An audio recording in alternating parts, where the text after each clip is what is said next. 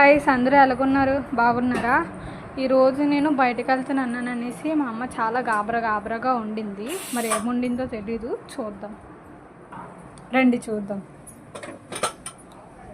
అమ్మా ఏమేమి కూరలు ఉండవు చూపిస్తాను.